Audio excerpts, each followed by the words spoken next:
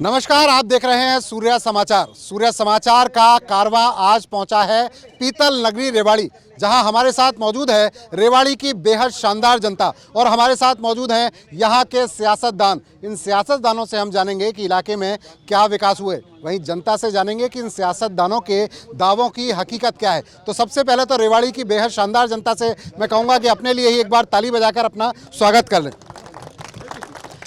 हमारे साथ मौजूद हैं कांग्रेस से चिरंजीव राव, विधायक हैं, बेहद नामचीन परिवार से आते हैं और विधायक ये हैं, तो कांग्रेस की तरफ से पक्ष रखेंगे चिरंजीव राव जी।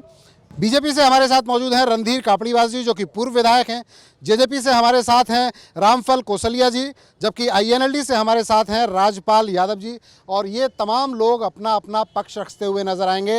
अब सबसे पहले हम शुरुआत करते हैं, चूँकि यहाँ पर विधायक जो हैं वो कांग्रेस के हैं। चिरंजीव राव से जानते हैं कि इलाके में पिछले कुछ समय में उन्होंने कितने विकास कार्य कराए हैं, चूँकि लगातार इनके परिवार से कोई ना कोई विधायक चुना जाता है। पिता जो हैं इनके काफ़ी लंबे समय विधायक रहे हैं, तो उनसे जानते हैं सबसे पहले कि इलाके में कितने विकास हुए हैं। राव साहब, कितना काम हुआ इलाके में? देखिए, जब हमारी सरकार 10 साल रही 2005 से 14 तक, तो बहुत विकास कार्य इस इलाके के अंदर हुए। चाहे इंदिरा गांधी यूनिवर्सिटी की बात हो, चाहे आपका पॉलिटेक्निक बनाओ लिसाना में, आपका गवर्नमेंट कॉलेज बनाओ खरकड़ा के अंदर, गवर्नमेंट कॉलेज बनाओ सेक्टर 18 के अंदर, आपका trauma centre, civil hospital, Gymkhana club, जितने भी आप वार्ड में जाएंगे हर जगह सामुदायिक भवन है। हमारे जब सत्ता के अंदर हम लोग थे, जितने भी गांव में आप जाओगे आज भी आपको वहां पक्की फिरनियाँ मिलेंगी। तो बहुत विकास कार्य उन 5 सालों में, जब हमारी सरकार जब रही 10 सालों में, तब हम लोगों ने कराया। और वही विकास इस रेवाड़ी क्षेत्र के अंदर हुआ है जब हम सत्ता के अंदर थे। आज आप देखिए, आप भी आए होंगे रेवाड़ी के अंदर, कितनी बदहाल हालत आज रेवाड़ी की है। कहीं भी आप चले जाएंगे, टूटी सड़कों के अलावा आपको कुछ नज़र नहीं आएगा। गंदगी के ढेर आपको पूरे शहर में नज़र आएंगे। बेसहारा पशु आपको पूरे शहर के अंदर नज़र आएंगे। तो मुझे लगता है रेवाड़ी का जो ताना बाना बिगाड़ने का काम इस सरकार ने किया। इन्होंने ये कहा था कि रेवाड़ी को सिंगापुर बना देंगे पिछले 10 सालों के अंदर, पर रेवाड़ी की जो दुर्गति सरकार के अंदर हुई है आज से पहले कभी नहीं हुई। लेकिन जनता ने तो आप पर विश्वास जताया था, आपको अपना विधायक चुना था, उसके बाद ये आप कह रहे हैं कि बदहाल हो गया रेवाड़ी। कौन जिम्मेदार? देखिए, जो काम करने का जिसको मिलता है वो सत्ता पक्ष के लोगों को होता है। हम विपक्ष के अंदर, विपक्ष में होने के नाते जितना काम हम करवा सकते थे, सरकार ने जितनी ग्रांट हम लोगों को दी, हमने उसको लगाने का काम किया। पर मूलभूत सुविधाओं में आप देखेंगे, नगर परिषद के ऊपर आज बीजेपी का चेयरमैन यहाँ पर है, स्टेट के अंदर इनकी सरकार है, सेंटर के अंदर इनकी सरकार है। तो जो इनिशिएटिव है काम करने का, वो तो उनका होगा जो सत्ता पक्ष के अंदर बैठे हुए। विपक्ष का जो काम होता है वो ये होता है कि सदन के अंदर और सदन के बाहर सरकार को लगातार चेताए, अपनी आवाज़ को बुलंद करे, और उस काम को हमने बखूबी किया है। उस काम को आपने बखूबी किया है। जान लेते हैं, पूर्व विधायक कापड़ीवास जी हमारे साथ हैं। विधायक जी, बदहाल हो गया, क्या दिक्कत रही? रेवाड़ी क्यों बदहाल है? बदहाल ये कांग्रेस विधायक का तो काम है, बेचारा उसको खिलाफत करे, उनकी बुराई करे, ये पार्टियों का काम है। और ये मेरा लाडला भाई है, पर ये मैं तो ये कहूँगा ये एक्सीडेंटल एमएलए है।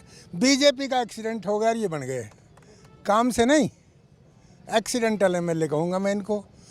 तो बात ये है कि मेरे कार्यकाल में यहाँ नहरी पानी, जो सूखा इलाका था, बरसात का पानी भी साहबी नदी में डाला गया, नहरों को चौड़ा करके पक्का करके, और दोहान में और दूसरी उसमें साहबी में, और वाटर टेबल अब ऊपर आया है। आसपास के गांवों में जल स्तर बहुत ऊपर चला गया उसी के कारण। दूसरा, हमने भी अपने टाइम में जैसा समय मिला एक कॉलेज खोला, जो अब स्कूल में चल रहा है फ़िलहाल, और उसकी बिल्डिंग के लिए हमने संघर्ष किया, और उसमें हमारे भाई हमारे विधायक जी साथ थे उस संघर्ष में। तो ये नहीं, हमने काम किया है। सर्कुलर रोड, जो मेरे भाई कप्तान अजय सिंह जी 5 बार विधायक रहे ना, 6 बार, और 6 बार में से 4 बार मंत्री। 3 बार रहे जी, आप बार बार 4 कर देते हो। अरे 4 बार मान ले, पता न बन जाए, क्या पता लगा चौथे बार बन जाए। तो मैं ये कह रहा हूँ भाई कि 3 बार मंत्री होते हुए सर्कुलर रोड को नहीं बनवा पाए, और हमने एक बार में ही, पहले बार में सर्कुलर रोड ऐसा बनाया है कि आज 10वें साल भी टनाटन बोल रहा है। और इसी के साथ आप पहले के अखबार उठा के देखो, हॉस्पिटल के बारे में खबरें लगती थी कि रेवाड़ी का सरकारी अस्पताल भाई भाई के झगड़े में एमएलआर काटने और एक्सीडेंटल केस में पोस्टमार्टम करने की एक दुकान मात्र है। कुत्ते घूमते थे, उनके फोटो अखबारों में छपते थे। उस समय ओपीडी 2013 तक 150 ओपीडी थी हॉस्पिटल की, और हमने जब इसका रेनोवेशन किया, मशीनें लेके आए और फैकल्टीज़ बढ़ाई, डॉक्टर बढ़ाए, तो उसके बाद जो ओपीडी थी वो 2000 हुई। दवाएं हॉस्पिटल से दी गई, बाहर पहले की तरह लिखते नहीं थे। पहले सिफारिशों से दवाइयाँ मिलती थी, सिफारिशों से दफ़ा घटाने बढ़ाने का काम होता था। आज ट्रांसपेरेंसी ऐसी आई है, और जिस तरह से सरकार ने, आप अपनी बात कहना, अगर ऐसा हो रहा है, मेरे कार्यकाल में तो हुआ नहीं, अब मैं अब आया हूँ, आपकी बात को बिल्कुल मानकर ठीक करेंगे। अच्छा, एक चीज़ बताएं, पहले तो ये दर्शक जो देख रहे हैं, ये एक्सीडेंटल एमएलए की क्या कहानी है, पहले तो ये बता दीजिए। वो कहानी ये है कि मेरे भाई के शुभचिंतक, मैं बताता हूँ। एक्सीडेंटल एमएल की ये है कि विधायक जी ने कहा एक्सीडेंटल है। ये विधायक जी की अपनी खुद की बात है कि 4 बार इन्होंने इससे पहले चुनाव लड़े थे और ये 4 बार चुनाव हारे, और जब विधायक जी जीते तब इन्होंने कहा कि मेरे को नहीं जिताया आप लोगों ने, मोदी जी की वजह से मैं जीत गया। ये सारी जनता को पता है। और अगर विधायक जी ने इतने अच्छे काम किए तो, और मैं मान भी लूं इनकी बात को, तो बीजेपी ने इनकी टिकट क्यों काट दी? अच्छे काम करने वाले की कोई टिकट नहीं काटता, ये तो आप भी मानोगे। जिसने अच्छा काम किया उसके टिकट कौन काटेगा? टिकट उसका जवाब ये है, मिलके राजनीति करते हैं। मिलके राजनीति करने में ये दूसरे स्थापित घराने की मदद करते थे, वो इनको जिताने के लिए उन्होंने मेरी टिकट काट दी। आप एक चीज़ बताएं, विधायक जी कह रहे हैं कि इलाका बदहाल हुआ। बदहाल क्यों हुआ? बदहाल है इलाका? नहीं, बिल्कुल बदहाल नहीं है, बहुत सुधार है। इलाके में जितना बड़ा काम हुआ है कि माननीय मुख्यमंत्री जी ने बिना खर्ची 450 लोगों को रेवाड़ी में रोजगार मिला है, और 15 तो सब इंस्पेक्टर बने हैं, और बिना पर्ची खर्ची के जिस तरह से, और बड़ा काम कांग्रेस के कार्यकाल में और दूसरी पार्टियों के कार्यकाल में मुख्यमंत्री अपने हिसाब से काम करते थे। वो कहते थे हम मुख्यमंत्री हैं। पहला मुख्यमंत्री है मनोहर लाल खट्टर, जिसने कानून और व्यवस्था का राज दिया है। व्यवस्था में समय लगता है, व्यवस्था बहुत कठिन काम है, आसान काम नहीं है, लेकिन विपक्ष का आरोप झेलते झेलते भी जिस तरह से उन्होंने व्यवस्था देने का काम किया है, यह अभूतपूर्व है और पहले बार हुआ है, और पूरे भारत में इसकी कोई मिसाल नहीं है। पूरी ऐसा है जी, बिल्कुल जो ये पहले तो सड़कों की बात कर रहे थे, दरअसल भट्ठा बैठाया, बेड़ा गर्क पूरा क्षेत्र सौंपा था कांग्रेस ने हमको, और हमने उसे सुधार का काम किया। मुंह से नहीं कहेंगे मेरे साथी जो बैठे हैं, लेकिन इनका दिल जानता है कि रणधीर सिंह के कार्यकाल में बीजेपी में कितना बड़ा काम हुआ, आज उसकी प्रशंसा हो रही है। और जहाँ तक भ्रष्टाचार की बात है, इनके यहाँ भ्रष्टाचार बहुत होते थे, हर जगह भ्रष्टाचार होते थे, हर जगह कांग्रेस ने भ्रष्टाचार किए। ये पहली पार्टी है जहाँ भ्रष्टाचार हुआ है, ये सरकार उसको पकड़ने का काम कर रही है, जांच कर रही है, अंदर डाल रही है, भ्रष्टाचारियों को अंदर डाल रही है। पहले ऐसे नहीं होता था। कह रहे हैं कि इलाके में काम हुए, भ्रष्टाचारियों को अंदर डाला जा रहा है। आप बताइए जनाब, आप क्या कहेंगे, क्या स्थिति है रेवाड़ी की? सबसे पहले तो आपका धन्यवाद। मेरा सवाल विधायक जी से है, पूर्व विधायक जी से है। विधायक जी, आपने बताया कि आपने साहबी के अंदर ट्रीटेड पानी डाला और वहाँ पे आपने झील डेवलप की। आप मुझे बताइए कि वो साहबी के अंदर गंदा पानी डल रहा है, आसपास से गाँव के यहाँ नागरिक होंगे, उनसे हालात पूछिए कि वहाँ जमीन के पानी के हालात क्या हो गए हैं।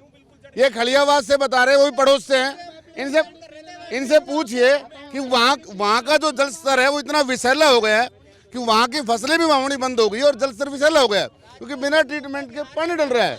और ये तो कहते थे कि वहाँ पे हम टूरिज्म डेवलप करेंगे, वहाँ पे नावें चलेंगी, वहाँ पे अंतर्राष्ट्रीय लेवल पर, राष्ट्रीय लेवल पर टूरिस्ट आएगा वहाँ पे। वहाँ के हालात देखिए, वहाँ इतना गंदा पानी आज कि वहाँ रुकना और वहाँ रोड से निकलना मुश्किल हो जाता है। अगर आप दिल्ली से आएँ तो रास्ते में आपको गंदा पानी साबी पुल के लेफ्ट में मीलों तक आपको भरा हुआ दिखाई दिया होगा। बदहाल हो गया। आप बताइए जनाब, आप क्या कहेंगे? आप तो साझेदार हैं, चाबी सत्ता की आपके पास है। आप बताइए किस तरह की स्थिति है रेवाड़ी में इस समय? सबसे पहले मैं सूर्य समाचार का रेवाड़ी में आपकी आवाज़ कार्यक्रम करने में इनको बधाई देता हूं, जनता की आवाज़ सुनने के लिए।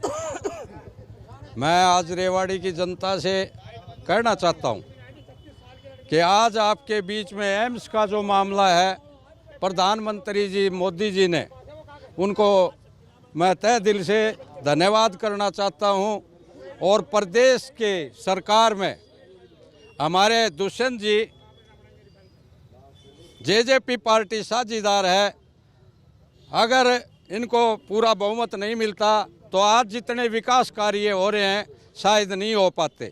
एम्स में भी पहले हमने जनता के साथ मिलकर के संघर्ष किया, पैदल यात्रा की और वहाँ जा कर के 19 से पहले कैप्टन अजय जी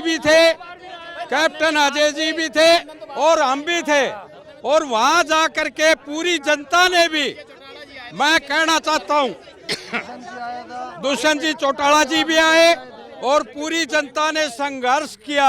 आज एम्स जो है इस गठबंधन की देन है, दुष्यंत जी की देन है। जितने भी विकास कार्य हुए हैं, रेवाड़ी को चारों तरफ से रोड बनाया है हमने। जिस तरह से जेजेपी पार्टी ने महिलाओं को 50% पंचायतों में देने का काम किया, डिपू में देने का काम किया, अभी महेंद्रगढ़ के लिए 4 लेन बनने जा रही है और रेवाड़ी की तरफ भी 4 लेन बनने जा रही है। मैं कहना चाहूँगा कि हमारी पार्टी आज 10 महीने में जिस तरह से हमारे 10 विधायक आए, आने वाले टाइम में हमारी सरकार बनेगी।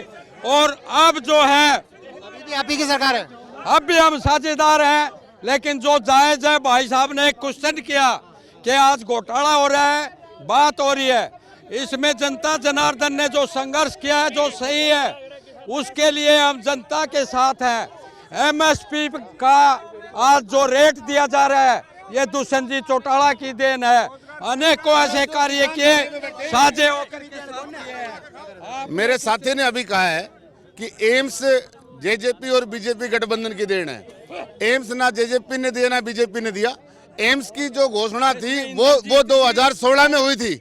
आज वो जनता ने, प्रदेश की सरकार ने आज उस बहुत बड़ा रोल अदा किया है और प्रदेश की सरकार ने भी जो है विपक्ष की भूमिका कोई निभा रहा है, तो एकमात्र विधायक है इन लोगों के पास अभय सिंह चौटाला, वो आज इस प्रदेश के मुद्दे उठा रहा है और इस प्रदेश में विपक्ष की भूमिका निभा रहा है। कांग्रेस तो अपनी विपक्ष की भूमिका निभाती थी, घोटाले रुकते कहीं ना कहीं, ये घोटाले इसलिए रुक पा रहे।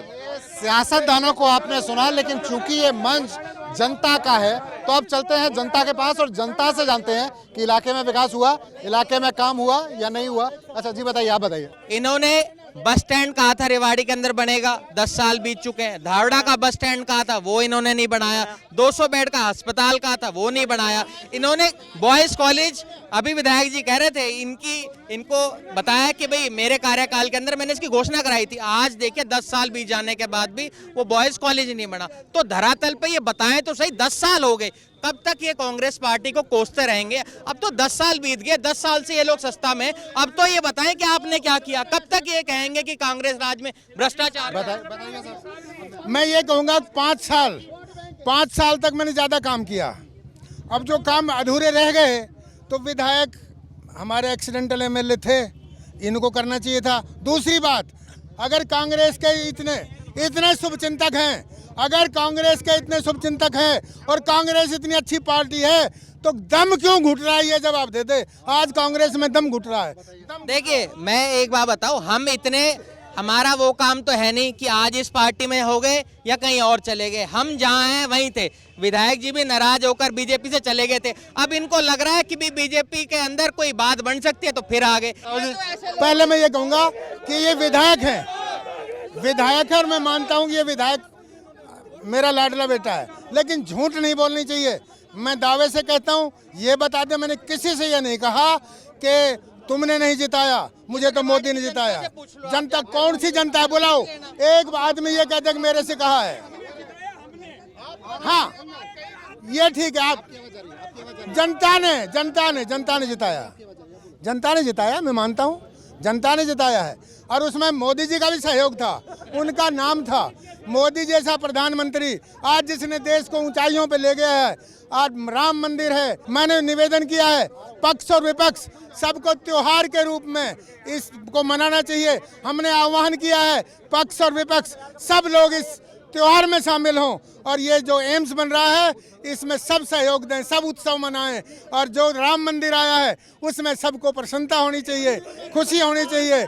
दूसरा, आज जो देश ऊंचाइयों की तरफ जा रहा है, आगे बढ़ रहा है, आम आदमी महसूस करता है कि देश अब आगे बढ़ रहा है, तो मोदी जी का धन्यवाद देना चाहिए। तो ये नेताओं को आपने सुना, पब्लिक से जानते हैं कि आखिर पब्लिक क्या चाहती है, पब्लिक क्या कहती है, इलाके में काम हुआ कि नहीं हुआ, आप बताइए जनाब। जितना विकास बीजेपी के समय में हुआ है 70 सालों में नहीं हुआ। रोजगार कहाँ है? रोजगार भी है, रोजगार कहाँ है? भ्रष्टाचार कहाँ है? रोजगार कहाँ है? भ्रष्टाचार कहाँ है? भ्रष्टाचार भी खत्म है, रोजगार भी पूरा मिल रहा है।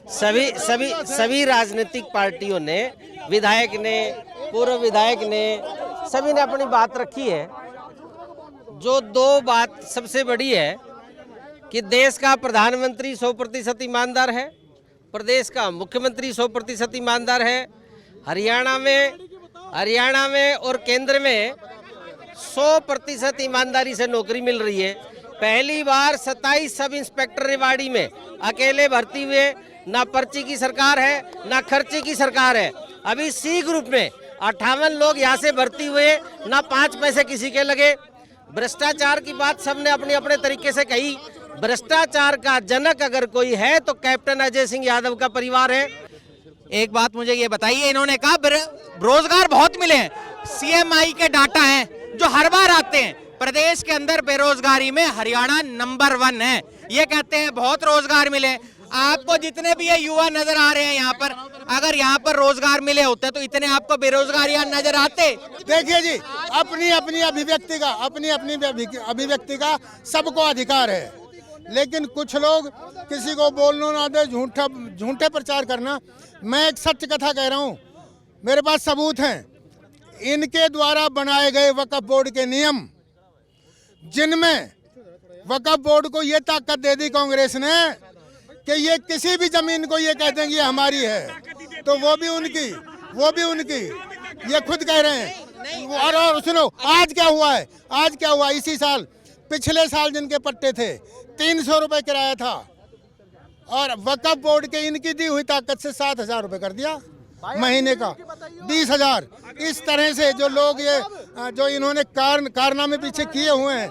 रही बात ये लाडला बच्चा, इसको क्या कहूँ, हाँ, कप्तान साहब होते तब मैं ये सिद्ध करता कि भाई कहाँ भ्रष्टाचार किया है। एक बात और, हमने अगर भ्रष्टाचार किया है, सतीश खोड़ा जी कह रहे हैं, रणधीर जी कह रहे हैं, राव इंद्रजीत जी ने तो मन से कहा था हमें जेल में डाल देंगे, 10 साल तो बीच के, डाल दो ना जेल में, आपकी सरकार है, हम तो तैयार हैं। नहीं, इन्होंने भूपेंद्र सिंह हुड्डा जी के ऊपर आरोप लगाया।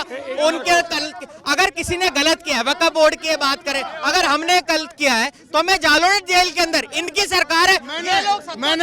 मैंने इंद्रजीत से ये कह दिया था कि छोटा बच्चा नया विधायक आया है, जेल में डालने का काम मत करो।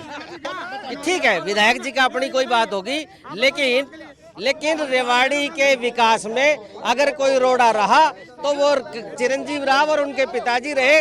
विधायक रणधीर कापड़ीवास के समय में विधायक हुआ और उसके बाद बीजेपी का विधायक होगा, फिर से दोबारा से एक अच्छी और बेहतर सरकार लेकर के आएंगे। तो ये तमाम लोगों की बात आप सुन रहे हैं, और तमाम लोगों के बात के बीच अब 2024 चल रहा है और कुछ दिनों में लोकसभा के चुनाव है, उसके बाद विधानसभा के चुनाव है। तो ऐसे में पॉलिटिकल पार्टी से जानते हैं कि उन्हें किस तरह की उम्मीदें हैं।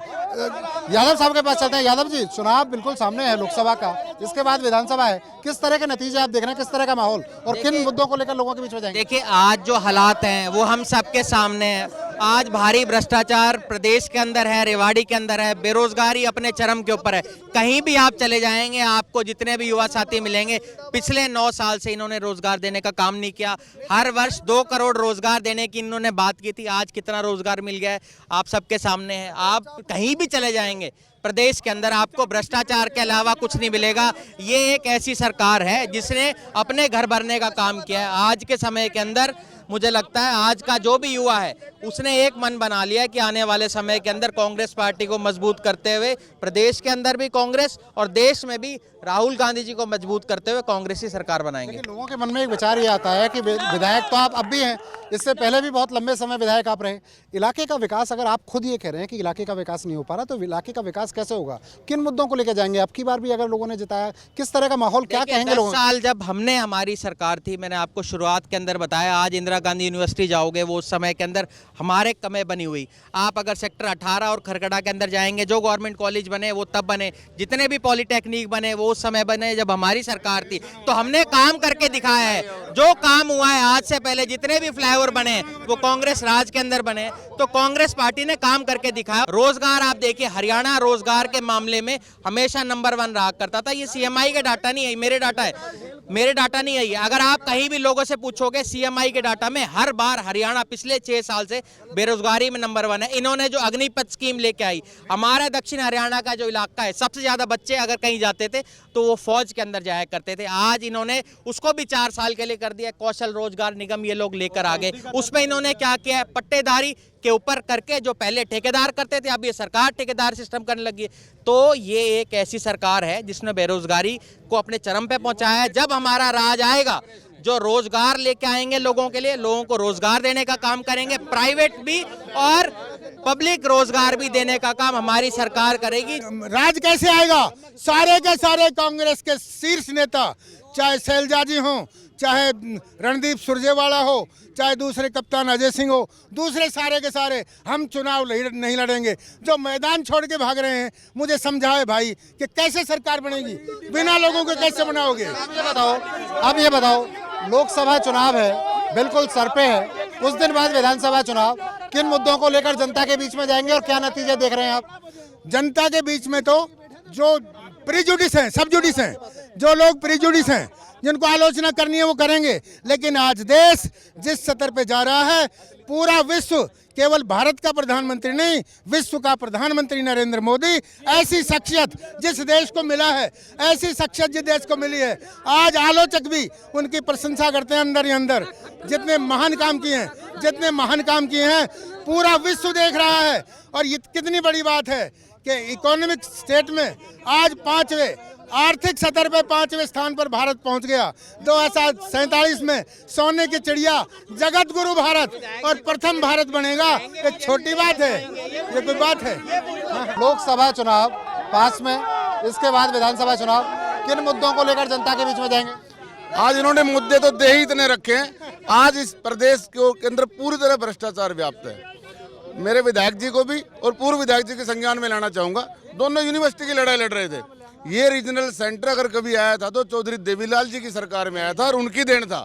आज जिसको कह रहे हैं हम यूनिवर्सिटी लेके आए, ये कह रहे हैं हमने उसको डेवलप कर दिया। जिसकी ये लड़ाई आपस में दोनों लड़ रहे हैं, वो रीजनल सेंटर तो हम लेकर आए थे।